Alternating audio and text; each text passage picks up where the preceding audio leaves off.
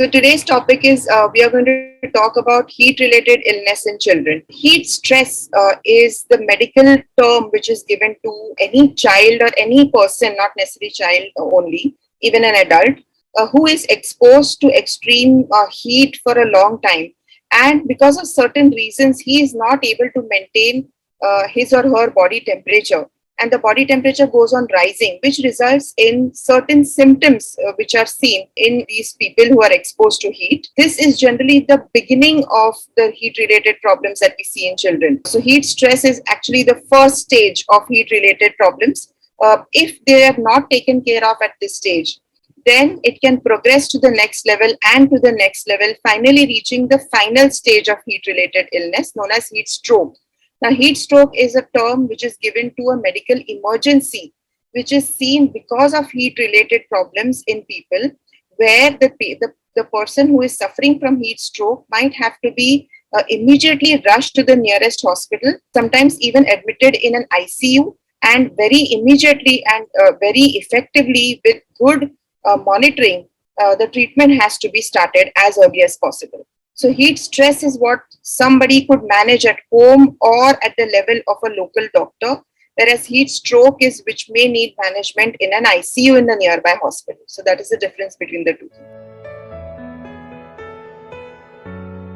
In children, heat stress, which is the first stage of heat-related illness in children, we see very vague symptoms. Now, these symptoms can be seen in many other diseases also. So sometimes it may be even overlooked by the parents as somebody who is just feeling tired, feeling uneasy, not feeling well, feeling giddy, feeling like constantly going back to sleep. Sometimes these children also have muscle cramps. They may have fever. They may have shivering. So it is very important in especially these months, April and May. And this year, especially when we are seeing almost like a very severe heat wave going on, that if a child has any of these symptoms, it's best not to ignore them. Don't just say, okay, you are just saying that you are tired and it's nothing very severe. And you're just saying you're feeling giddy. Actually, there is nothing. Drink a little water, you'll be fine.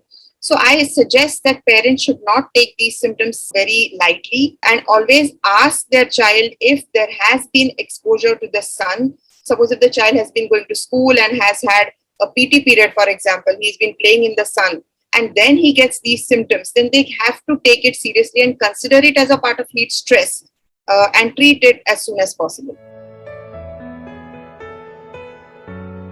Whenever there is exposure to heat, what normally happens is our body, there is a heat regulating center in the brain. It is known as a place called hypothalamus, which is in the brain. Now that is calibrated to a certain level of temperature. So as soon as our body temperature starts rising, that part of the brain sends signals to the rest of the body. If the temperature is high, then we start sweating. So when we start sweating, what happens? The sweat takes heat from the body and starts evaporating. So when the sweat evaporates, our body temperature automatically goes down by 1 or 2 degrees Celsius. Now, why are heat stress related problems seen more commonly in children is because by the time the child starts sweating, the core body temperature is already a little higher than what temperature an adult would start sweating. The reason for this is that his brain, the temperature regulating center, is not so well calibrated. The calibration is better only after about 10 years. So first 10 years, the child may keep on getting exposed to heat, but may not start sweating as early as an adult would start sweating. The other thing that we see in children is the amount of sweat that they can produce is also lesser. So that's why without adequate sweat, their body temperature cannot be cooled down so well. The other thing that we see in children is that they start feeling thirsty only when they're about 2 to 3% dehydrated. So we have to keep on reminding our children after about 15-20 minutes or half an hour every day that go drink a little water, because the child may not even feel thirsty even if he is exposed to heat. Unlike what we would do, we would automatically keep on drinking more water. So now if this child who gets a heat stress, if he starts vomiting, now he's already getting dehydrated, he's exposed to heat. If he starts vomiting, he will get even more dehydrated and he will progress in the level of heat related illness. From heat stress, he may progress to the next stage and then he may progress to heat stroke. So that is what we really don't want this child to go into. So it is important that we understand that even if adults and children are equally exposed to heat, it is the children who are going to get more severe form of symptoms of heat related illness than what are seen in adults. But of course, each and every one of us has to be equally careful. If your child has any symptoms of heat stress and you know that there has been an exposure to heat, it is very important that you keep your child in a cool environment.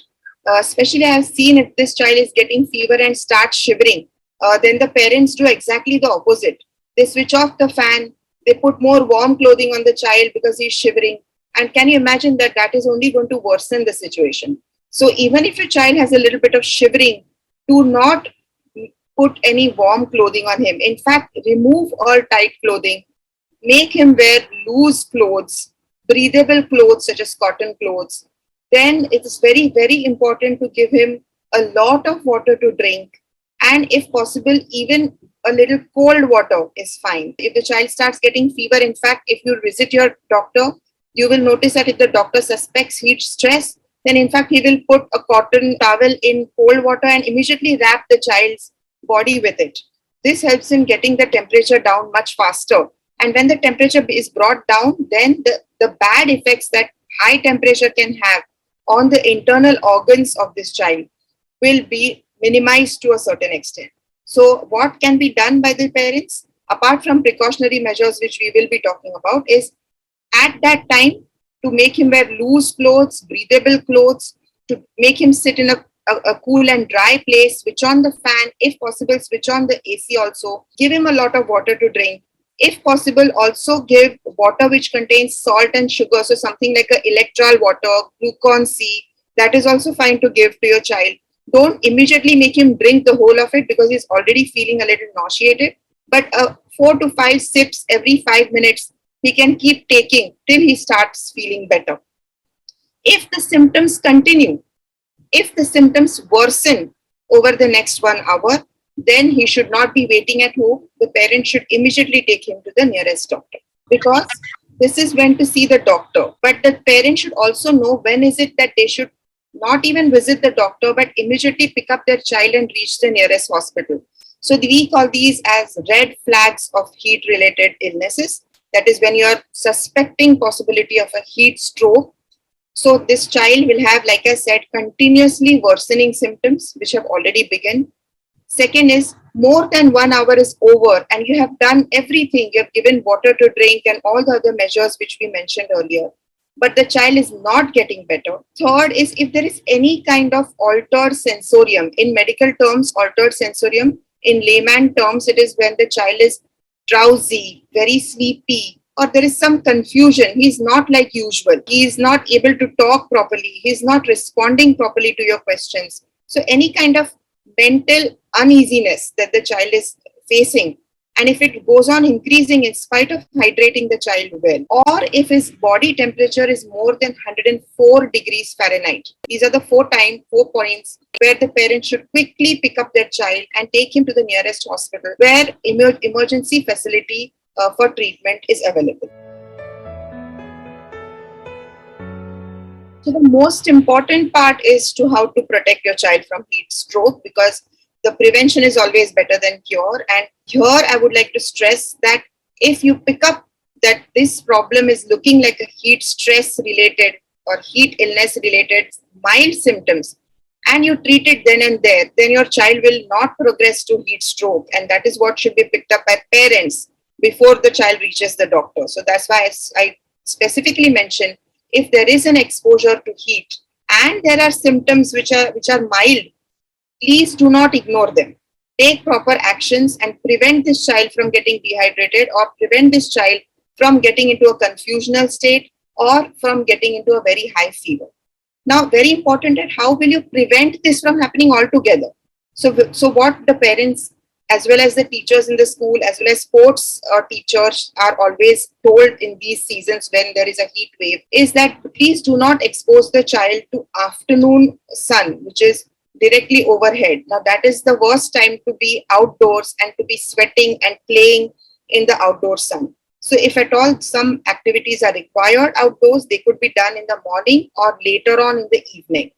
The second thing is the child should be wearing a protective cap, should be wearing breathable cotton clothes. Very important that even before reaching these classes or travel or whatever, the child should be well hydrated. During this class or during travel, which is going to be at the time when there is heat exposure, the child should be constantly getting hydrated. So how will we do that? We inform these children who are getting exposed to heat to take a break every 20 minutes and drink at least half a bottle of water. Then go back to play. Again, play for 20 minutes and take the next break. Again, drink about at least 1/4 to half a bottle of water. Now, if the sun exposure is going to be for less than 1 hour, then only water is enough. But if it is going to be for more than 1 hour, then this child should take sugar and salt containing solutions like a ORS or sports drinks like Gatorade, or even simply sharbat, which is made at home, is also fine. So the child can carry it in his water bottle and drink this again every 20 minutes at as much as the child is able to drink. So by doing this, he will maintain his hydration and he will maintain his body temperature. Now, at this time, if he starts showing any symptoms of either muscle cramps, fatigue, giddiness, shivering, fever, nausea, uneasiness, fatigue, etc., then he should be immediately removed from the sun exposed environment. He should be taken to a cooler environment. He should be given a lot of cold water to drink. He should be made to wear very light clothes. If there are any tight clothes, then they should be removed. If there is a tight helmet or something, it should be removed. Even putting a little bit of water on the head is useful because that helps in evaporation and getting the body temperature down as early as possible. And if the symptoms continue, then take the child to the nearest hospital.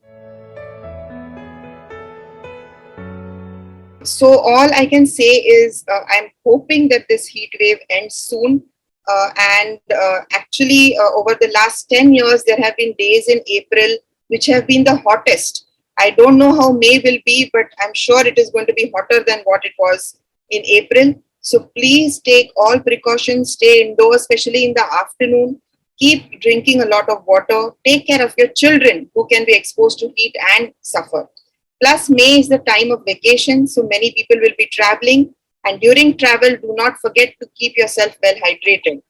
That is what I will specifically mention as for the season of May to be safe from the sun and heat stroke.